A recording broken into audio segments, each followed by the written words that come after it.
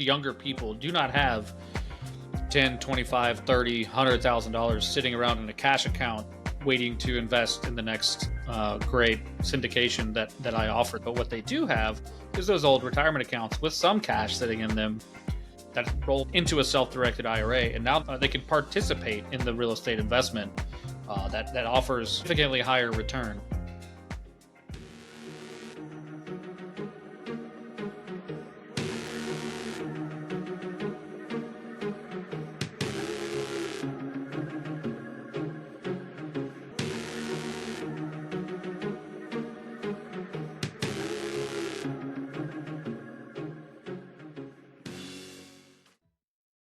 Hello, welcome back to the Get Invested podcast. I am your host, Jordan, and that guy on the other side of the screen there, if you're looking, is Matthias. As always, we are glad that you are back with us. But before we get started, I have to make a public service announcement or just a general mea culpa, I suppose. I'm not entirely sure, but I've been making a big jokey deal out of counting episodes of the podcast, and I realized after last podcast that I had the count wrong. I don't know how you can lose count when you're in the single digits, but I did it. So, we'll never cease over here. I was counting based on how many we released rather than how many we had recorded. So this is actually episode number 9. So the next one, big double digits. Anywho, all right. Well, I just wanted to get that out of the way in case anybody was actually paying attention to that I was off by 1. I wanted to let everybody know that I knew that. So, today, we are getting into something that is a big deal for us, something we really like to talk about with people. That is self-directed IRAs, what they are, what they do, how you can do them, how you can invest with them, how we want you to invest with them with us, all the things that are important. So I'm going to turn it over to Matthias here to get us started on self-directed IRAs, and I'm going to go ahead and just write 1 through 10 to see if I know how to do that still. All right, go Matthias. Yeah, thanks. Welcome back, everyone. Excited to talk about this. I will say that we're going to leave little tidbits, little nuggets for you to find in all of these episodes. Some people might say they are mistakes, but we're doing it on purpose. So let me just right. Let Easter you know eggs. That. So yeah, feel free to point them out to us when you see them, and we will say, "Ha ha, you found that one. Good job," and we'll move on. But for self-directed IRAs, so this is something that I'm always astounded that nobody knows about. It still seems like nobody knows about self-directed IRAs. In the broadest sense, a self-directed IRA is a way to invest in alternative assets with a tax-advantaged vehicle. What that means is that your 401k, Roth IRA, all the single or self-employed IRA options that are out there, so low Ks, things like that, all of them, you're able to actually roll that money that's already been contributed and matched or whatever into what's called a IRA custodian account. These aren't your Chase banks or your, I don't know, another big bank that we're talking about. These are a little bit smaller banks, but they're regulated by, I don't know why I couldn't think of any other. I thought of one bank. Bank of America. There we go. So I went Wells Fargo. Chase, and then I was going to say, I stopped myself from saying JP Morgan, and I was like, okay, that would be really dumb. So I just stopped, and then there was a blank from there. But anyway, all these little custodians will hold on to an account for you and ensure the tax advantage status is maintained throughout the life of the account.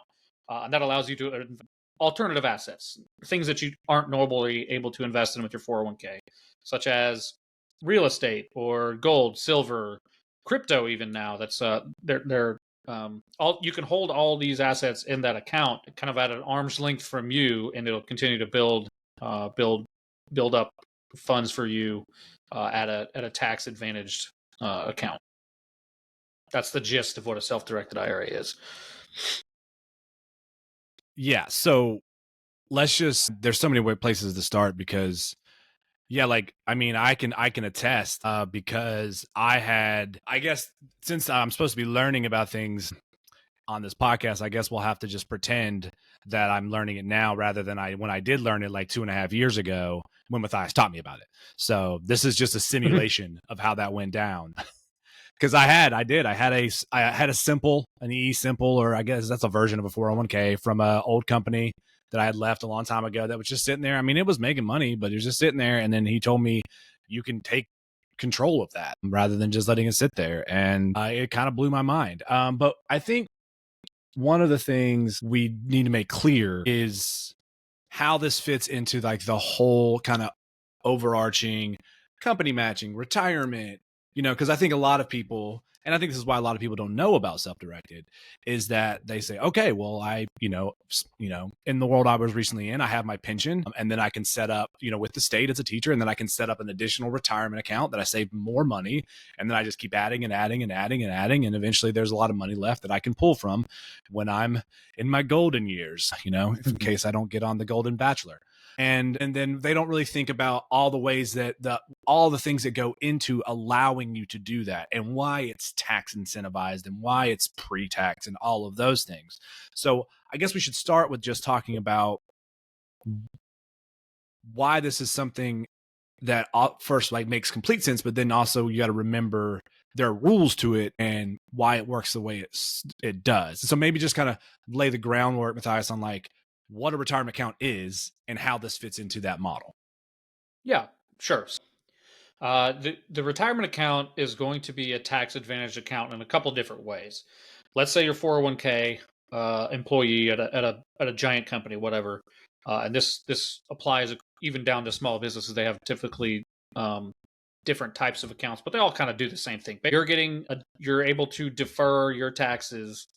Let's say you make $100,000 a year and you contribute 10% of that over the course of the year to your 401k. I'm just throwing numbers out there to make it easy, but so there's $10,000. You're allowed to defer those taxes on that $10,000 inside these approved types of accounts. So 401k.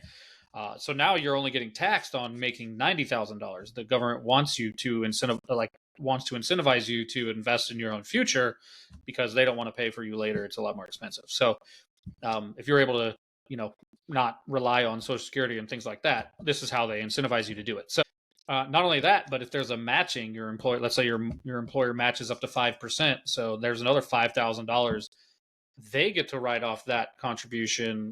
The company, the employer, the small business, whoever it is, gets a tax advantage for contributing to as the employee, your account as well. So there's a bunch of different ways this is tax advantaged. What that ends up being in most retirement accounts here. So there's different types. There's traditional, which is where it's pre-tax dollars, and then there's options for Roth, which is post-tax, meaning you've been taxed on it once and you put it in a Roth IRA, it'll never be taxed again if you satisfy all the rules that Roth IRAs have.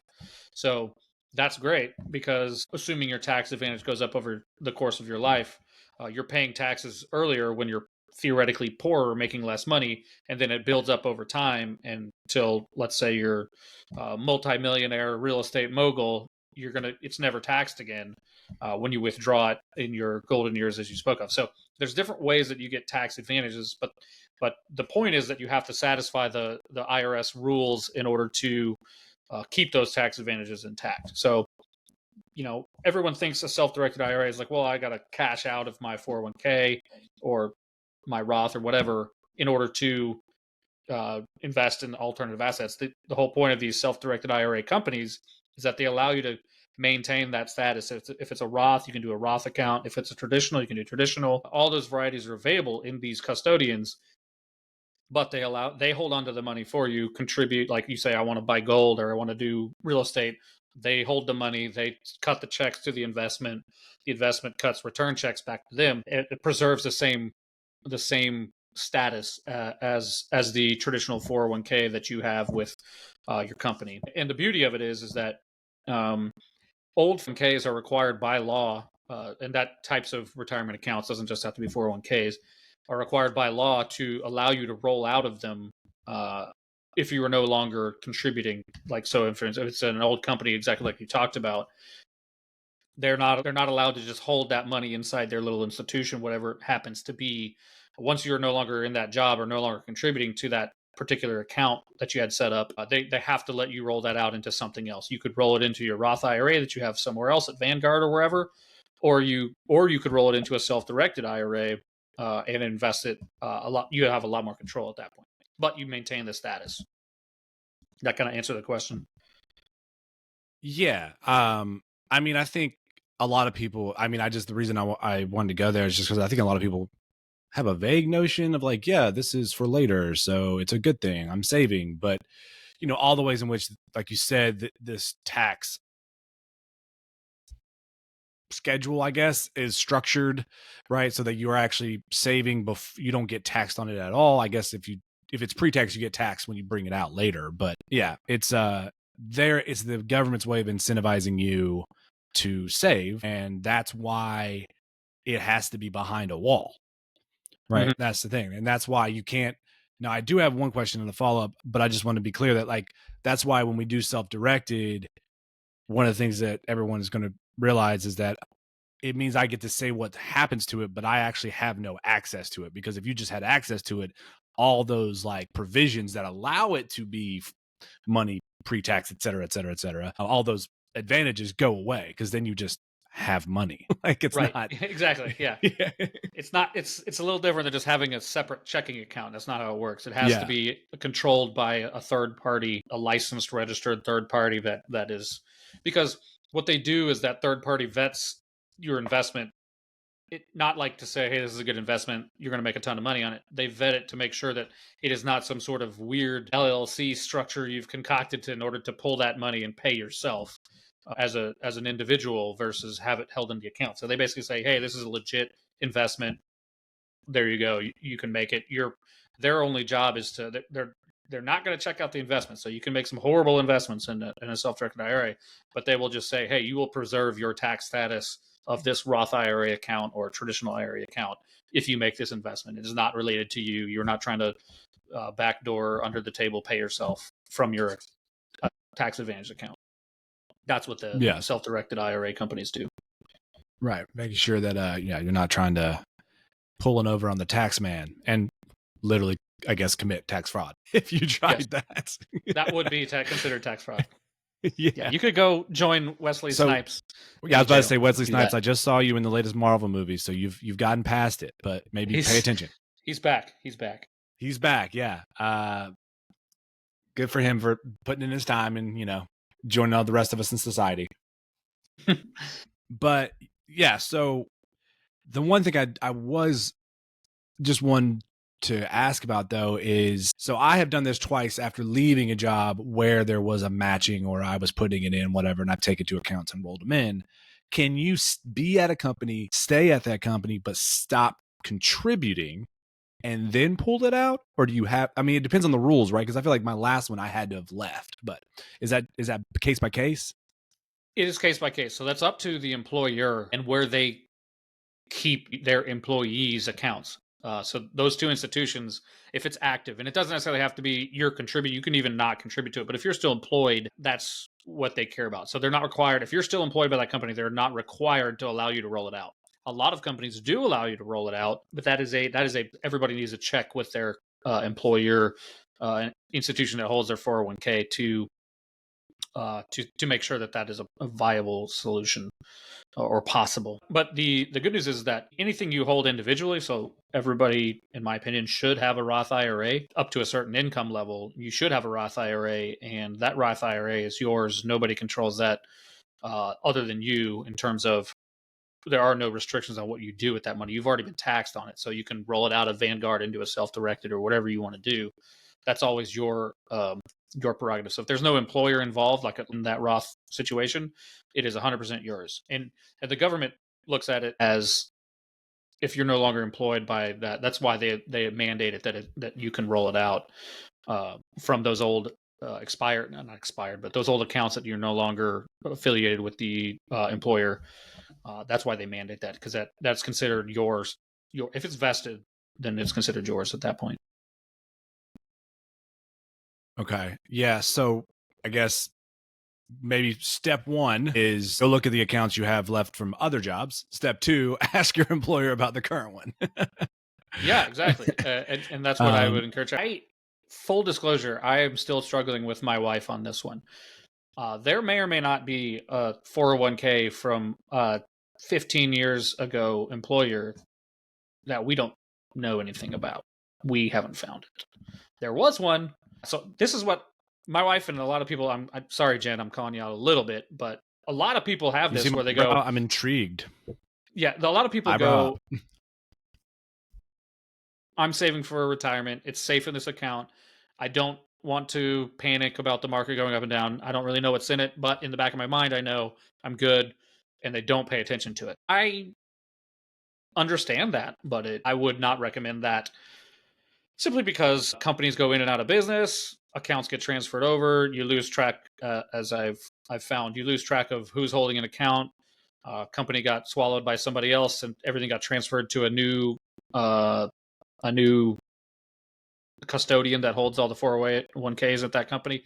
All these things happen over time. So I would recommend regularly checking on all your retirement type accounts. But the good news is that once all those accounts, as long as you have the account info, you can do whatever you want with them in terms of rolling them into a self-directed IRA, into another account established. A lot of times you can roll them into whoever's holding your current IRA, all that kind of thing. But that's that is the reality of the situation. I would encourage people, and several of my investors have done exactly what you did, in terms of, oh yeah, I have 15 grand or whatever from the 5, 6, 7 years I worked at this place.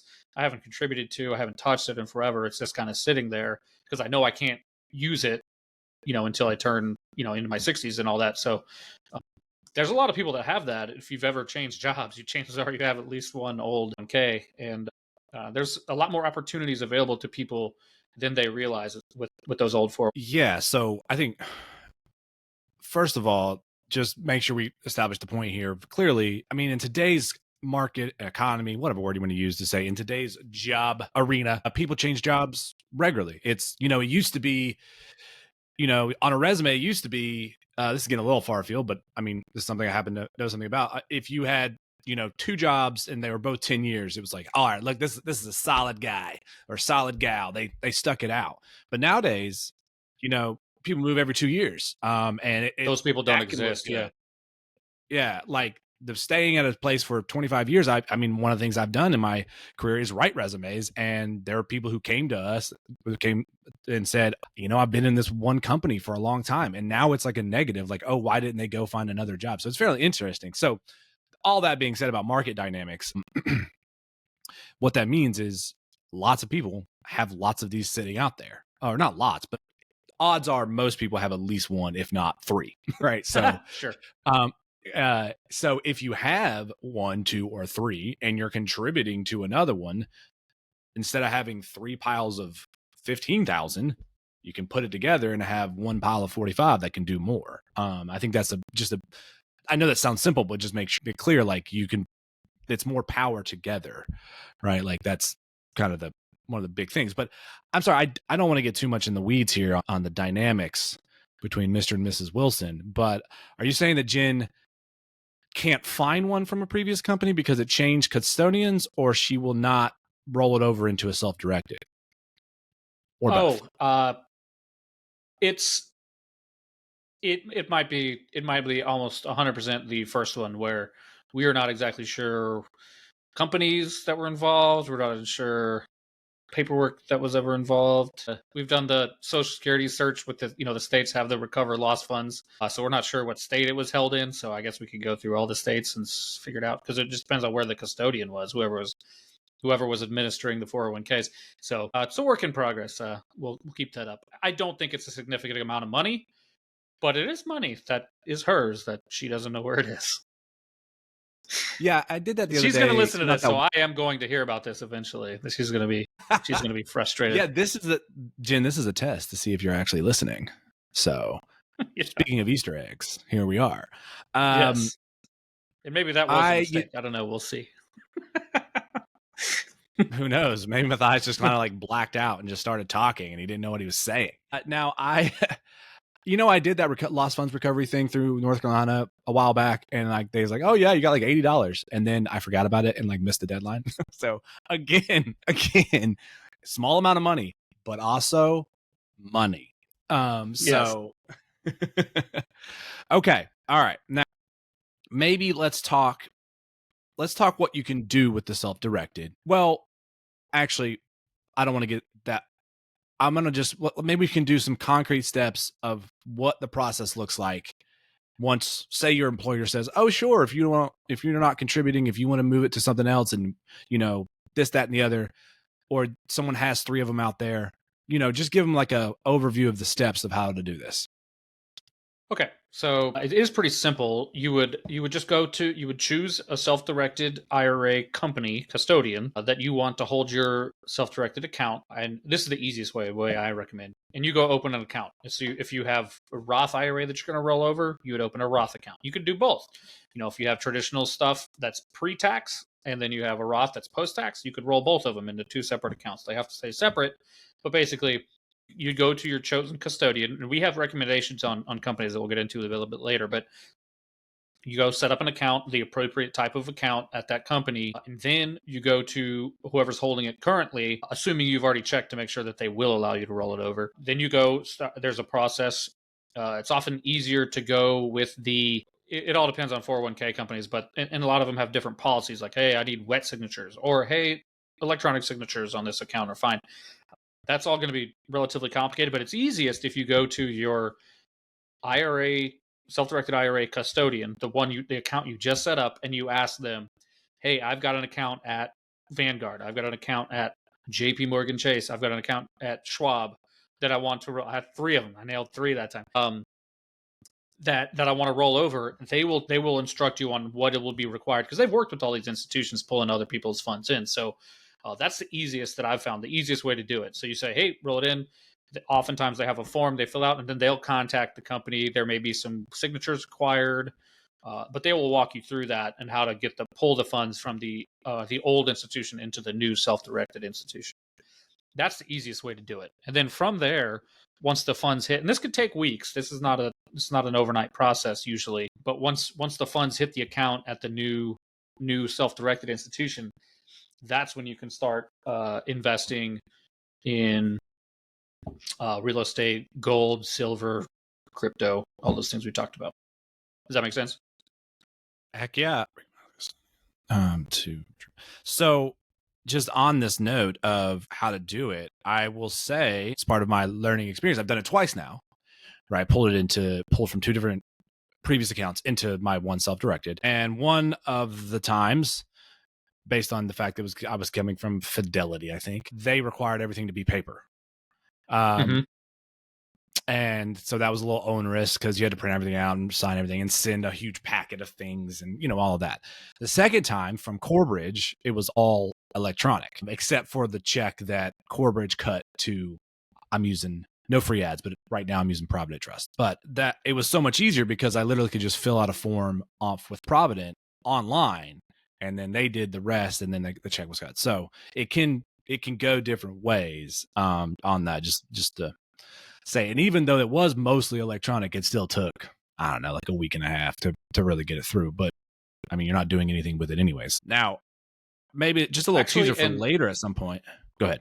Let me jump in here, because this is something that I should say. So the financial industry, part of the reason why they don't allow alternative investments at your Fidelities or your Schwab or whatever is because they make money on the assets they manage, on your assets that they manage, right? They charge fees, your 401k fees over the lifetime. And if you have it sitting at that institution over 20, 30, 40, 50 years, that's a significant amount of their income. So this is going to shock you. They don't like it when you pull money out of there. They're required to do what you tell them to do with their money, with your money, especially if it's no longer an active account. But they do not make it easy for you, which is why I recommend you go with the custodian pulling the funds, because they're going to work hard to get the money, because that's how they make money. And the people who are losing your funds oftentimes are extremely difficult and slow to respond and nitpicky on documents. So that's just a fact of the industry, and part of my frustration with all these so-called, I won't say so-called, but a lot of the financial advisors and a lot of the guys who who'll get in and do, let me look at all your financials and make recommendations. They don't recommend self-directed IRAs because it's outside of what they can sell you, if that makes sense.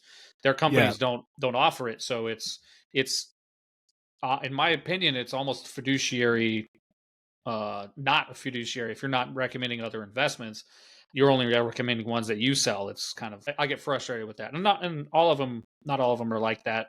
They'll tell you honestly what you should do, what you can do. We may not be able to offer it, but you can do this if you want, kind of thing. But that is something that's a reality in this industry, and it's a gazillion dollar industry. So anytime you're pulling a significant amount of money out, they're going to fight it. Yeah. First of all, I just want to note, definitely don't want to say so-called financial advisors, since we just had a so-called financial advisor on the podcast. He's one of the good ones. I will verify that for a fact. He's And one if of you're the good listening, this is an Easter egg for you. Yeah. So, I mean, everyone gets that. It's not even necessarily, is it the most fiduciarily responsible thing to not show all the options? Probably not. But I mean, also we get that they have things that they need to sell. But I got to tell you though, I don't even think it matters if it's a significant amount of money, because the first one that I pulled was like for my first job ever. I was there 3 years.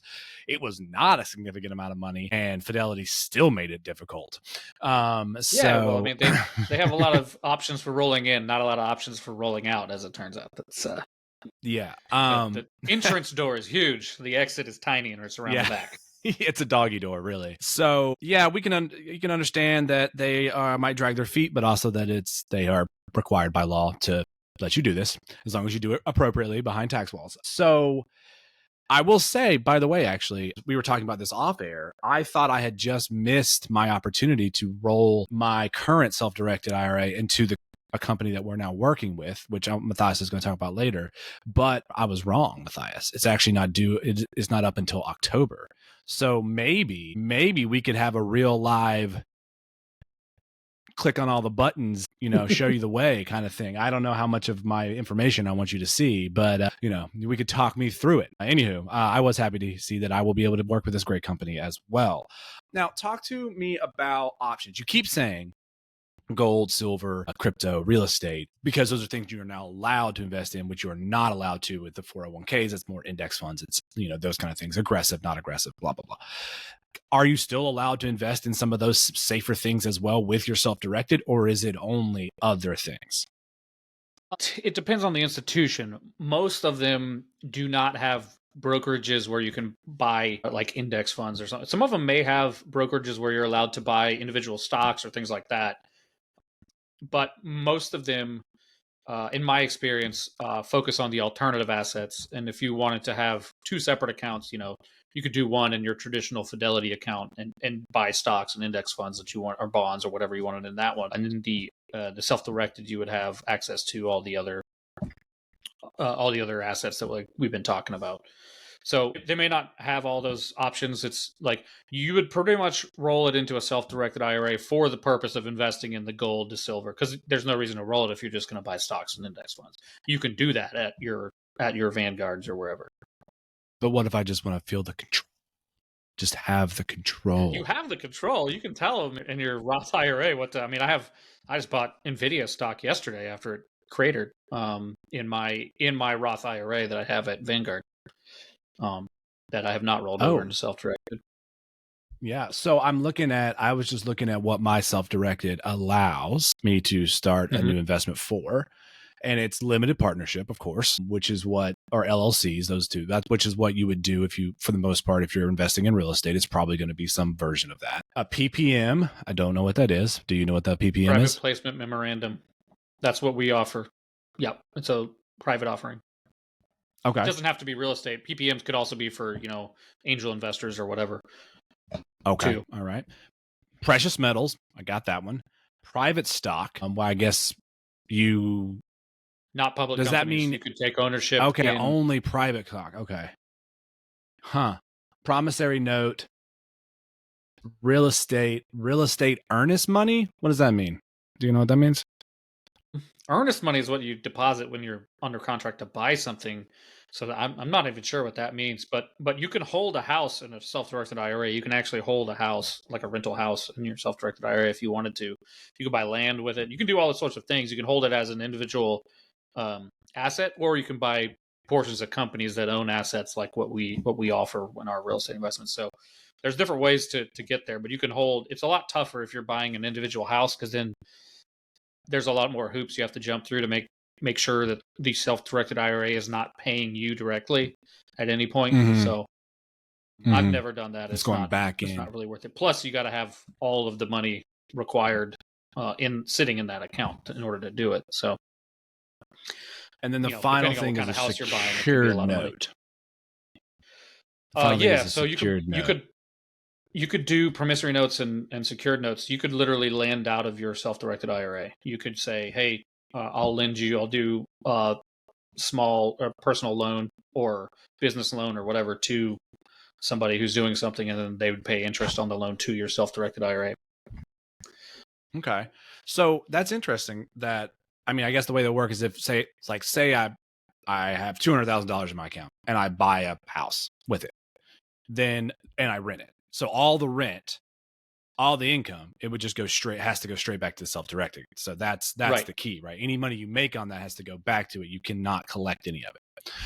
Right. And so there's some provisions of where you can manage your own property yourself, but you can't pay, and it has to be vetted through there's a lot of hoops you have to jump through to verify that you're not unjustly paying yourself out of a self-directed IRA. So, you might just have to hire a management company to manage the property for you, and that they can take those funds, collect the rents, and process them back to the self-directed IRA instead of you doing it. Your chances of being audited by the IRS, if you are interacting that personally with your self-directed IRA, are pretty high. They're eventually going to start poking around. Okay. Note to self. So, Wesley, yeah. Wesley, are you listening? Okay. All right. So I think this means, I guess, one of the things that anybody who's looking at a type of the custodian that they would want to ask, what options of investment will they allow if they hold the funds? That's a big thing to ask. All right. So let's talk. Well, I mean, I guess this is, I don't know what the word is. I mean, it's self-interest for sure, but we're dealing with self-directed IRAs, which collect interest. So it only makes sense for us to do the self-interest thing, which is maybe tell everybody quickly how it would work if they wanted to put their money together and invest in, say, I don't know, a flex warehouse or, maybe a townhome property. I don't know. I'm just throwing out terms here. These are not specifics. So what my investors have done, what this does, kind of the big benefit is that especially younger people do not have 10, 25, 30, $100,000 sitting around in a cash account waiting to invest in the next great syndication that I offer them. But what they do have is those old retirement accounts with some cash sitting in them, that it's a lot easier for them to roll that out of whatever index funds it's into a self-directed IRA. And now they can start growing. They can participate in the real estate investment that offers, significantly higher returns over time than the traditional 7, 8, 9% that you get in a stock market index fund, all that kind of stuff. And there's years where the stock market might do 20%, but it might do negative 20%. And real estate is never a guaranteed positive return, but I can provide significantly higher returns than that 9, 10% over time to investors with a real estate opportunity, and they can build wealth a whole lot faster, doubling money in 3, 4 years versus 7, 8, 9 years for the traditional route. And also, if you're in real estate, this is my opinion, you're also hedged, depending on the type of real estate investing you're doing, you're hedged pretty well against market correction that could take 20% of your wealth over a year if you're only in the stock market, or, in a particularly bad year, which is what happens. And we all lost like 2025 and 2020. What was it? 2022 when the stock market really, that was not a pretty year for my Roth IRA. But you don't actually lose the money if you don't take it out, but you're hedged pretty well, and you can get better returns consistently in real estate, which is why I'm so heavily in real estate. But that's the beauty of it, is that people who have, it's hard to save up $25,000 to invest in real estate syndications. But if you already have that money that you've built up over the last 10 years at an old job you no longer have, now you can roll that up roll that over, and you can participate and start getting those higher percentage returns with all the advantages of real estate investing, and you can do that now versus waiting, saving $200 a month over the next 5 years to be able to participate. So that's the beauty of it. And I think, like I did a post on LinkedIn, I'm over $1 million of what people have invested with us inside those funds, inside of self-directed IRAs. They've invested in our properties. Of the roughly 5-6 million that we've raised, almost a quarter of it is self-directed IRA funds, which is cool. Yeah. Well, first of all, I'm part of that, right? So yeah, absolutely. Yeah. I mean, actually, you are too. You're one of those people too. Well, that is something why I'm not allowed to invest in my own syndications. Yeah, but you've done it with others. Yeah. Yeah, I've invested in other people's syndications and with mine. Now I do want to just take a small note to say that if when the stock market has a downturn, so-called financial advisor told me, Matthias, that you better just stay the course. Just stay the course, keep the money in there, and it'll bounce back. That's what I heard. 100%. If it's already going down, I would agree with that. Unless you know that you can get a better return somewhere else today, I would leave it in. But I would also, this is the age-old problem. The stock market's doing gangbusters, man. I'm not taking anything out of there. Because if you wait to take it out until it turns down, then you actually lost money. So yeah, we're all really just surfers, and exactly somewhere 100%. deep in it, we're trying to crest that wave, at the top. Mm-hmm. But and then we all inevitably, the wave catches us. Never surfed. Never a thing I've done. Good analogy, though. Me neither. Yeah, I don't think it would go well personally. It's just not in my. Considering how poorly I skateboard, I don't think that's the closest thing I've done. So, or snowboard. Actually, I do snowboard. So you'd have to do a lot of sunscreen as well. You'd be at that all day. If you had to surf. Yeah, I'd catch like one wave, reapply. Catch one wave, reapply. Yeah. Now, so I just want to recap something real quick. And I mean, it's such a great point about if you're young or even, only been working for 10, 15 years, you just got yourself started. You've probably, made some big purchases. You got yourself on your feet, but you're not exactly, unless you're just pulling in bank somewhere. You're not even if you are pulling in bank, if you're young, you probably didn't save it. Let's be honest. You're not going to have just money to throw in things. But if you've been just doing the most basic things of signing up for the things that your company offers or whatever, you're going to have that money, and then that can be moved around. And like Matthias was saying, when he's saying doubling your money, one of the way this business model works for us is eventually the goal is to get you the capital that you invested back.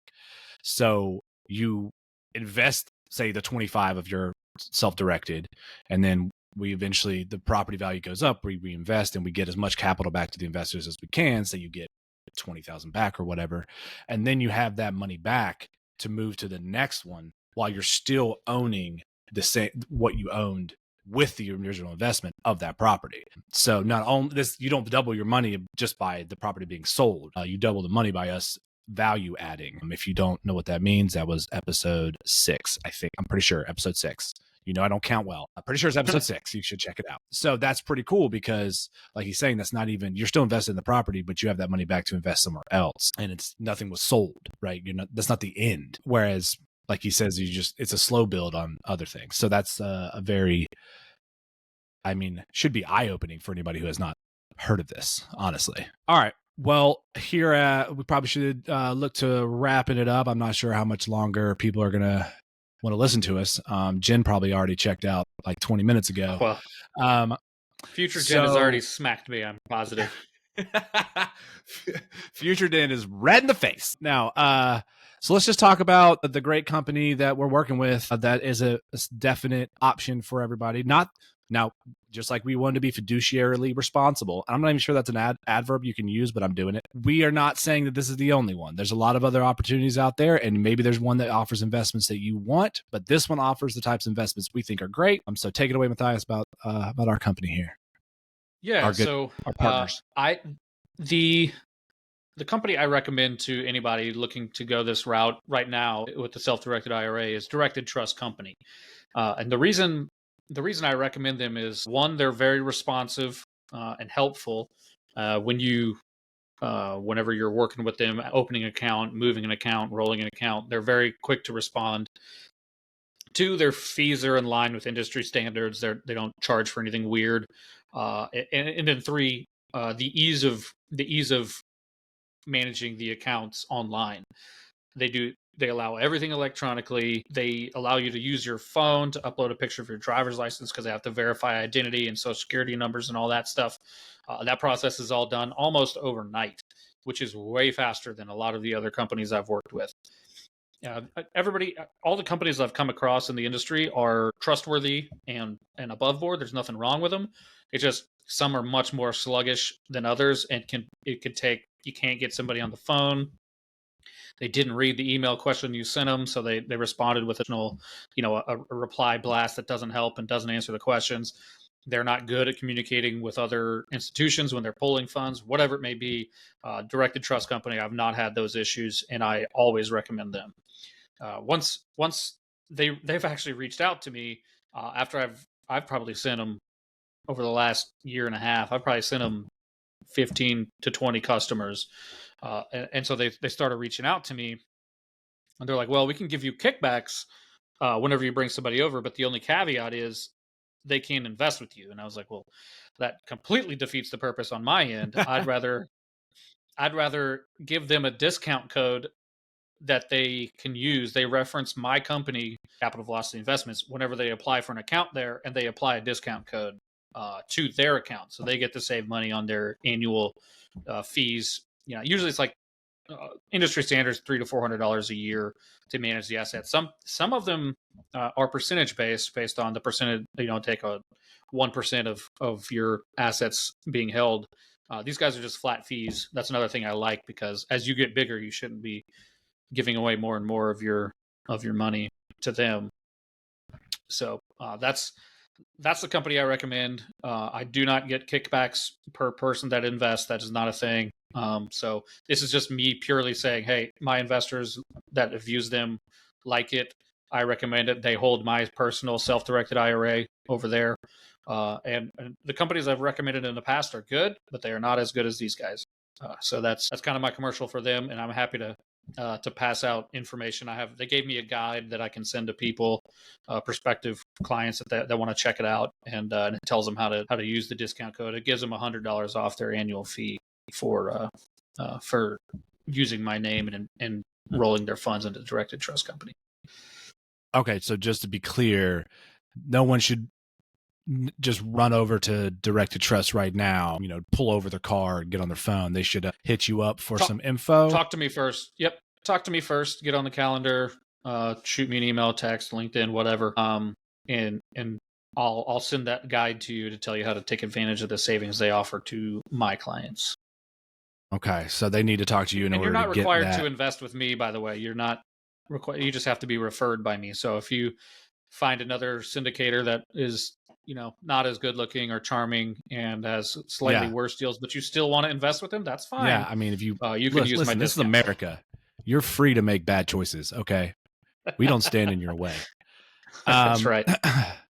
Now, okay, so really, guys, he just doesn't want to say online out loud to everyone listening, all 7 of you, that the discount code is actually Jordan is awesome. But so don't go to Directed Trust. Go talk to Matthias. He'll hook you up with what you need to know to go there if you are interested.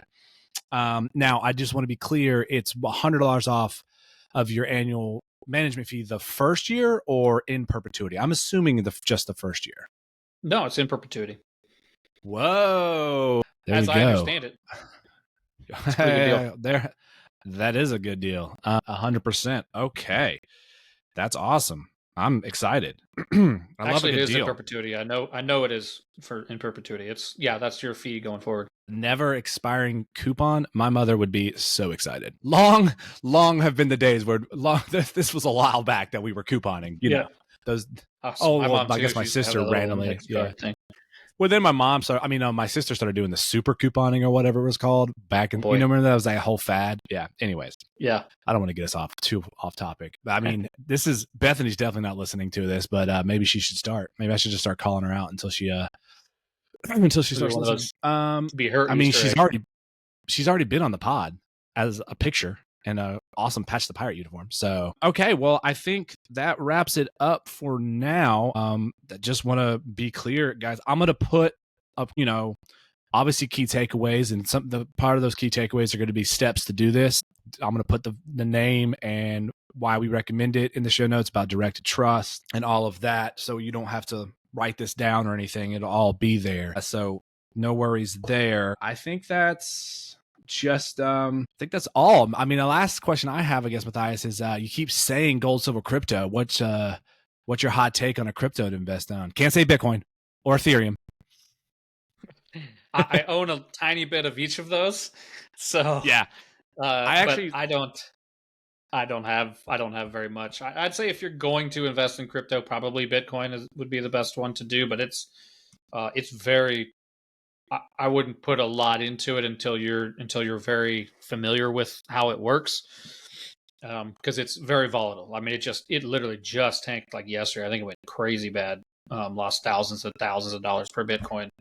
But yeah, again, if you don't sell, you're not losing any money. It's just I don't know enough about crypto to be confident in investing a bunch in it, so I don't. Yeah.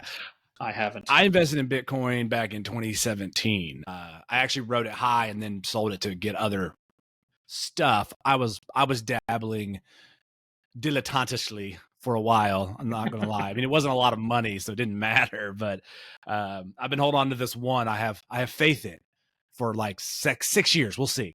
All right. Well, we're going to get out of here then after after that crypto corner. So thanks for listening. If you are interested in this self-directed IRA, reach out to Matthias. And other than that, we will catch you next week. Thanks for being a part of Get Invested Podcast. Peace. Please, let me give one last plug. Like, subscribe, share with your friends if you think we're funny or cool or potentially say some interesting things. Even funny looking, we'll take it as long as you smash that like button. All right. For real, Aziz. Bye.